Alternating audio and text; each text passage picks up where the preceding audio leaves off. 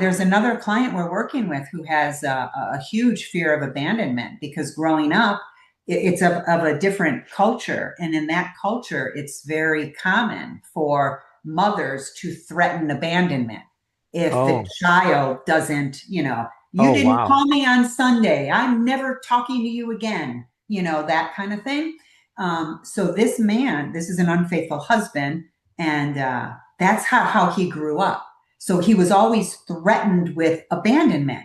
I'm going to leave you if you don't love me, and I'm going to leave you if you don't cook dinner for me. And again, it's not a culture I'm familiar with, but listening to Hmm. him, my heart was just like breaking for any child whose mother threatens to leave them if they don't Oh, perform, yeah, you right. know?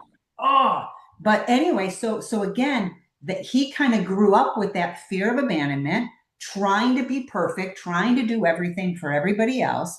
And then guess what? Out in the real world, that pattern continued. Nobody said, hey, that fear of abandonment, you don't need to carry that anymore. That was your mom.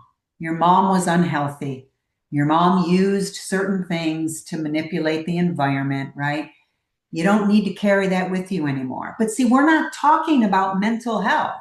We're not talking about it. It's like it's not on anybody's radar when they leave home, when they leave their childhood home to go, oh, maybe I should start clearing out some of the trauma that I've had for the first 18 years of my life, right? I mean, Hmm. nobody does that. So we end up just keeping these patterns, keeping these fears through our adult lives, but the patterns are there. But yeah, I always think of him, because that's it's pretty hard to have a fear of abandonment, to let that go.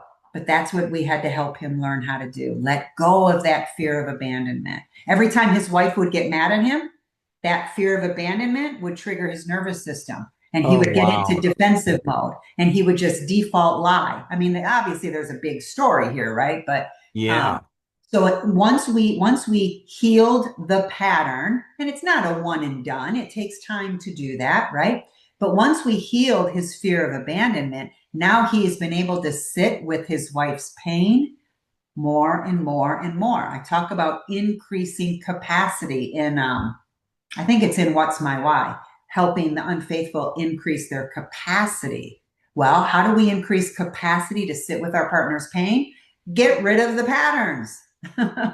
Get rid of the patterns that are causing you to feel so dysregulated when your wife is upset or when your husband is upset.